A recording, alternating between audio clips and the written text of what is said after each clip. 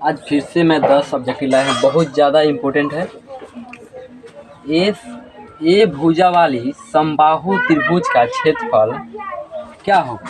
ए भुजा वाली समबाहु त्रिभुज का क्षेत्रफल √3/2 ए स्क्वायर होगा। ठीक, उसी तरह देखो यहाँ था दूसरा वाले प्रथम 5 प्राकृतिक संख्या का माध्यम क्या होगा?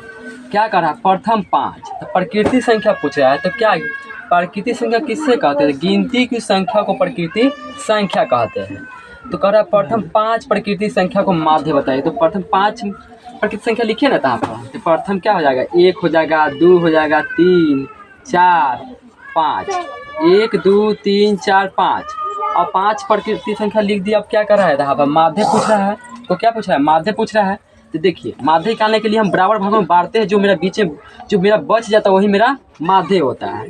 तो 2 गो इधर से छाटे, 2 गो इधर से छाटे और 2 गो इधर से, बीच में मेरा क्या बच गया? 3 बच गया।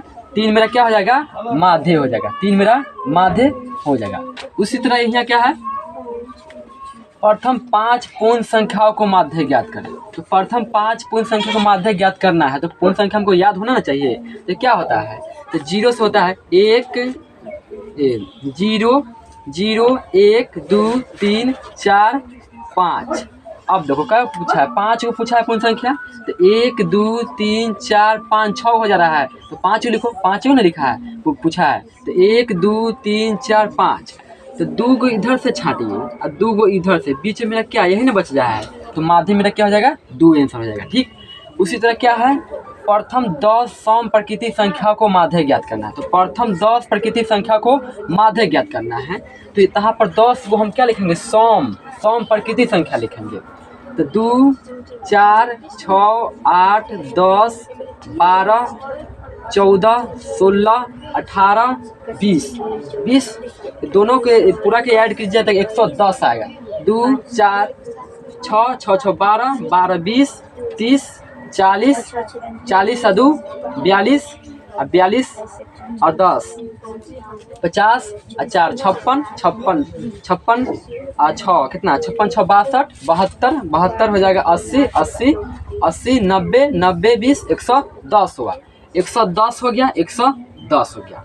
अब देखो ये पूरा के गिन लीजिए क्या है? 2 4 6 8 10 ये सम है। सम है तो मेरा नहीं निकलेगा। देखो बराबर भाग छाट रहे हैं। 1 2 3 4 5 1 2 3 4 5।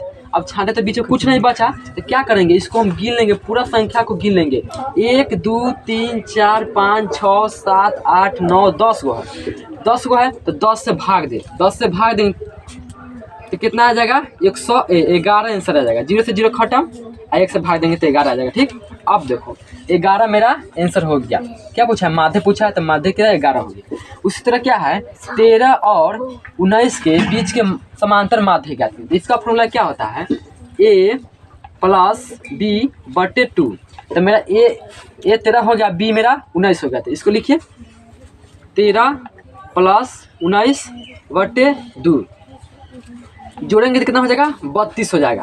क्या हो जाएगा? 32/2 आ जाएगा मेरा आंसर 16 हो जाएगा आंसर। इसका 16 आंसर हो गया। ठीक, अब क्या पूछ रहा है? यदि a और b अभाज्य संख्या है तो a और b का लॉसक क्या होगा? a और b अभाज्य संख्या है तो a b का लॉसक क्या होगा?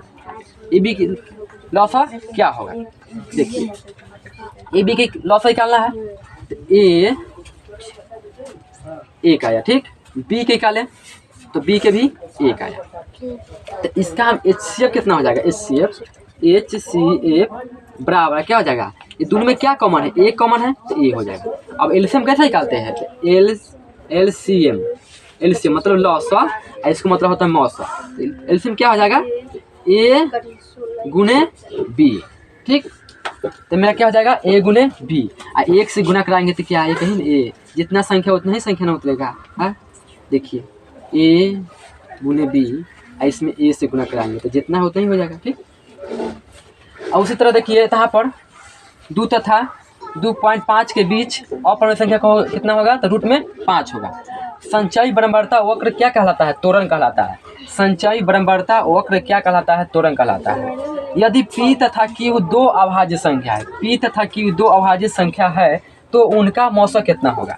तो उनका मौसा पूछ रहा है, अभी ना बताया है, अभी ना बताया है। तो P के क्या है, देखिए P के क्या लगाएंगे तो P एक आ जाएगा, क्या है Q है, तो Q के लगाएंगे तो Q से क्या हो जाएगा, एक आ जाएगा।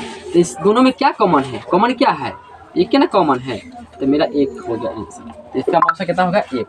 उसी तरह क्या पूछा है, दो लगातार संख्याओं का मौसा कितना होगा। तो दो लगातार संख्या क्या होगा, दो लगातार संख्या लिखेंगे तो एक एक दो, तो इसका मौसा क्या होगा, एक दो, एक दो, दो लगातार पूछा है तो एक से निकालेंगे, एक से लगा एक आया, फिर दो से लगा तो एक आया, एक आया। अब देखिए इसका मौसा क्या हो जाएगा, मौसा एक ही ना होगा, इसका मौसा एक हो जाएगा। बहुत ज़्यादा इंपॉर्टेंट है, ऑब्जेक्टिव है, ठीक। कब 10 ऑब्जेक्टिव है, 10 ऑब्जेक्टिव है, बहुत ज़्यादा इंपॉर्टेंट है, ठीक है। इसको याद भी कीजिएगा और समझा भी दिए सॉल्व करके, ठीक है। तरीका भी मालूम होना चाहिए, ठीक है, याद कीजिएगा।